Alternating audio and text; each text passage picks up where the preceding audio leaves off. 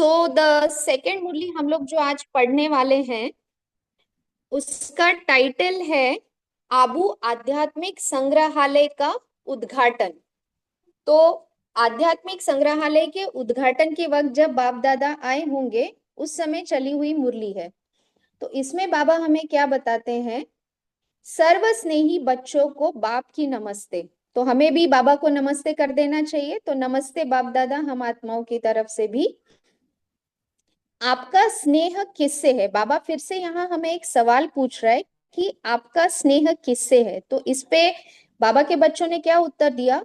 कोई ने कहा बाप से, कोई ने कहा सर्विस से। तो दो उत्तर आए यहाँ बच्चों की तरफ से कि किसी ने कहा कि बाबा से स्नेह है और किसी ने कहा कि सर्विस से स्नेह है। तो बाबा ने फिर उसके ऊपर पूछा और भी किससे स्नेह है। मतलब ये दो जो इन्होंने उत्तर दिए बाबा के बच्चों ने, इसमें बाबा ने पूछा और भी किससे स्नेह है। मतलब बाबा चाहते हैं कि हमारा स्नेह और भी एक चीज से हो। उसका उत्तर बाबा खुद आगे देते हैं। अभी भी एक बात रह गई है, बाप दादा से तो स्नेह है, लेकिन साथ साथ पुरुषार्थ से भी ज्यादा स्नेह रखना चाहिए। मतलब क्या तीन चीजें हो गई यहाँ पे? बाबा ने पहला बताया बाबा के साथ, बाप दादा के साथ तो स्नेह है ही। कुछ बच्चों ने कहा सर्विस से स्नेह है, लेकिन बाप दादा ने हमें तीसरा यहाँ क्या बताया कि आपको अपने स्व पुरुषार्थ से भी उतना ही स्नेह होना चाहिए। क्यों? क्योंकि जैसे हमारा बाप दादा के साथ स्नेह है, हमारा सर्विस के साथ स्नेह है, अगर कोई हम प्रवृत्ति मार्ग वाले हैं तो हमारा घर वालों से स्नेह है। तो इन सब स्नेह के साथ में पुरुषार्थ के साथ जब हमारा स्नेह होगा तो हमारा क्या फायदा होगा, उसके बारे में बाबा आगे बताते हैं। तो दैवी परिवार से स्नेह, सर्विस से स्नेह, बाप दादा से स्नेह, यह तो है ही, लेकिन वर्तमान समय पुरुषार्थ से ज्यादा स्नेह रखना चाहिए। देखिए बाबा क्या बोल रहा है, पुरुषार्थ से ज्यादा स्नेह रखना चाहिए। जो पुरुषार्थ के स्नेही होंगे वो सबके स्नेही होंगे। अब ये बाबा ने हमें, जैसे मैथ्स में कुछ इक्वेशंस होते हैं, A is equal to B is equal to C. तो इसमें बाबा ने हमें कौन सा इक्वेशन बताया कि जिनका पुरुषार्थ के साथ स्नेह है वो ऑटोमेटिकली सबके स्नेही हो जाएंगे।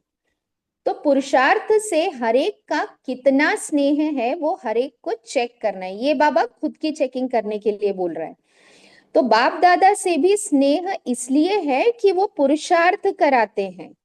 ठीक है, बाप दादा हमसे क्या कराते हैं? हमको रोज मुरली सुनाते हैं, हमारा याद की यात्रा में हेल्प करते हैं, हमें लाइफ के लिए गाइडेंस देते हैं। तो अल्टीमेटली बाबा हमसे क्या करा रहे हैं? पुरुषार्थ करा रहे हैं। प्रारब्ध से भी स्नेह तब होगा जब पहले पुरुषार्थ से स्नेह होगा। मतलब बाबा ने क्या बोला कि प्रारब्ध तो बनती ही पुरुषार्थ से है।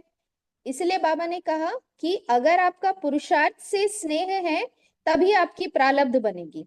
दैवी परिवार का भी स्नेह तब तक ले अथवा दे नहीं सकते जब तक पुरुषार्थ से स्नेह नहीं है। ये बाबा क्यों बोल रहा है? क्योंकि अगर हम दैवी परिवार में भी है लेकिन हम पुरुषार्थ नहीं कर रहे, तो पुरुषार्थ नहीं करेंगे तो हमारा जो सहज योगी जीवन है, जो हमारा दैवी गुणों वाला जीवन है, वो हम नहीं जी सकेंगे, जिसकी वजह से देवी परिवार में भी हमारा उतना स्नेह नहीं रह सकेगा। अगर पुरुषार्थ से स्नेह है तो वो एक दो के स्नेह के पात्र बन सकते हैं।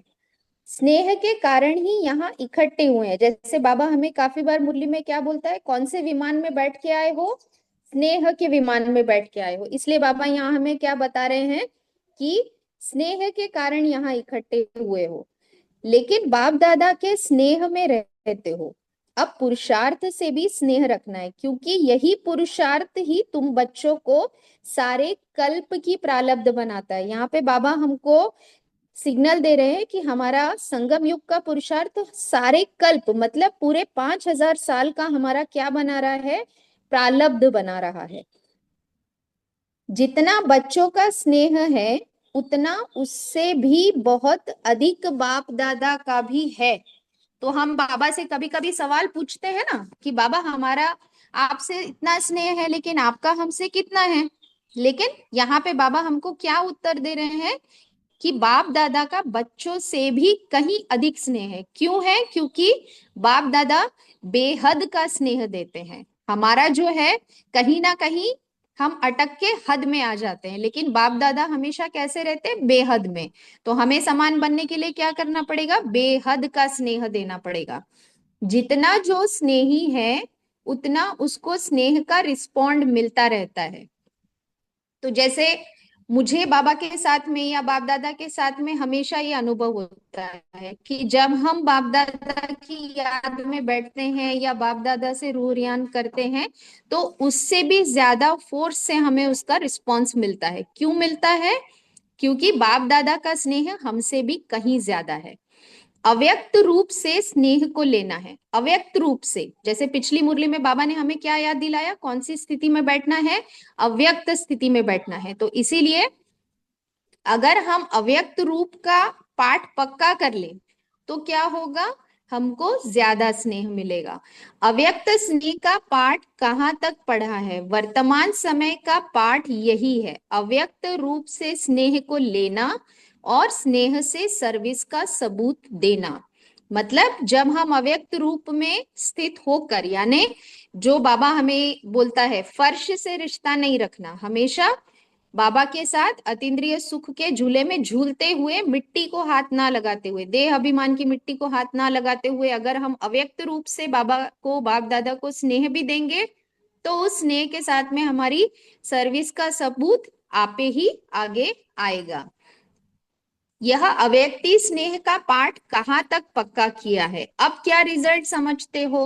बाबा सवाल पूछ रहे हैं, अब क्या रिजल्ट समझते हो? आधे तक पहुंचे हो? मतलब बाबा पूछ रहा है 50% आ गए हो? मेजॉरिटी की रिजल्ट पूछते हैं। बाबा ये नहीं बोल रहा कि थोड़े बहुत बच्चे, बाबा बोल रहे हैं मेजॉरिटी की रिजल्ट पूछते हैं। तो कोई ने कहा 25%, कोई ने कहा 75%। 25 और 75 में कितना फर्क है? बाबा बोल रहे हैं कहाँ 25 और कहाँ 75। मेजॉरिटी 25% समझते हैं, ऐसे रिजल्ट क्यों है? बाबा पूछ रहे हैं कि आप 25% पे क्यों अटके हुए हो, आप 75 पे क्यों नहीं जा रहे, उससे आगे क्यों नहीं जा रहे? इसका कारण क्या है? 25% अव्यक्त स्नेह है, तो बाकी 75% कौन सा स्नेह है? बाबा बोल रहे हैं अगर 25% ही आपका अव्यक्ति स्नेह है, तो फिर बचा हुआ 75% स्नेह कौन सा है? मेजॉरिटी की अगर 25% रिजल्ट रही, तो जो भविष्य समय आने वाला है उसमें पास मार्क्स कैसे होगी? बाबा बोल रहा है अगर आप 25% पे ही अटके रहे, तो आगे जाके जो परीक्षाएं आने वाली हैं उसमें आपको पासिंग मार्क्स कैसे मिलेंगे? अब तो व्यक्त स्नेह ही मुख्य है। बाबा ने यहाँ पे हमको एक बहुत बड़ा इशारा दे दिया कि अव्यक्त स्नेह ही मुख्य है। अव्यक्त स्नेह ही याद की यात्रा को बल देता है। अव्यक्त स्नेह ही अव्यक्ति स्थिति बनाने में मदद देता है। तो फायदा क्या होगा अव्यक्ति स्नेह का? दो फायदे हैं। एक फायदा बाबा ने बताया, हमारी याद की यात्रा कैसे हो जाएगी? सहज हो जाएगी, उसको बल मिल जाएगा। दूसरा, हमारी स्वयं की अव्यक्त स्थिति यानी फरिश्ता स्थिति, जिसके थ्रू ही हम कर्मातीत बन सकते हैं। तो ये दोनों चीजों के लिए, याद की यात्रा के लिए और अव्यक्ति स्थिति के लिए, हमें क्या करना है? अव्यक्ति स्नेह बढ़ाना है। अव्यक्ति स्नेह का अर्थ बाबा ये बताता है कि जब हम किसी भी व्यक्त भाव में ना आते हुए अपने आत्मिक स्वरूप में स्थित हो, परमात्मा को याद करते हैं, उसकी याद में खो जाते हैं, लगन में मगन हो जाते हैं, तो उसको बोला जाता है अव्यक्ति स्नेह। तो बाबा क्या कहते हैं? 25% यह रिजल्ट क्यों? कारण सोचा है? समय अनुसार अब तक यह रिजल्ट नहीं हो चाहिए। बाबा हमें क्या वार्निंग दे रहा है? 25% नहीं होनी चाहिए। समय के प्रमाण तो 50% होनी चाहिए। बाबा ने 69 में कहा था कि 75% रिजल्ट होनी चाहिए, और अभी 2026 आ गया। तो हमें अपने आप को एनालाइज करना है कि हम अभी भी कितने परसेंट पे अटके हुए हैं। तो बाबा क्या कहे हैं, समय के प्रमाण 75% होनी चाहिए। फिर ऐसे रिजल्ट बनाने के लिए क्या करेंगे? अब जैसे बाबा ने हमें ये रिजल्ट लाने के लिए कहा, तो हमको ये भी समझना है कि इस रिजल्ट को लाने के लिए हमको क्या करना पड़ेगा। तो उसका तरीका क्या है? बाबा ने एक वर्ड में आंसर दिया, अंतर्मुखता। यह तो सदैव कहते हो अंतर्मुखी।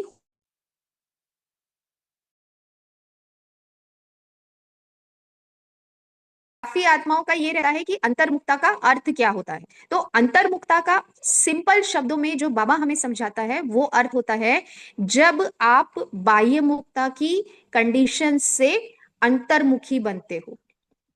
मतलब बाहरी चीजें, मटेरियलिस्टिक चीजें, कोई व्यक्ति, वस्तु, वैभव आपको जब किसी भी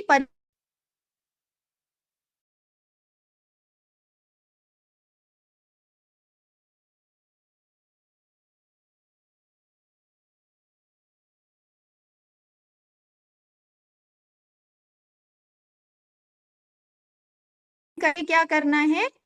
अव्यक्ति स्नेह स्वरूप से बाप दादा के साथ में बाबा के कार्य के लिए कंबाइंड रहना है, बाबा को अपने साथ हमेशा साथी बनाए रखना है। Lakshmi Ben, I think will stop here. Okay, okay, sister. Yeah, I we'll will. restart again and Yeah, we'll go with the remaining part of the Murli. fine. Okay. Okay, yeah.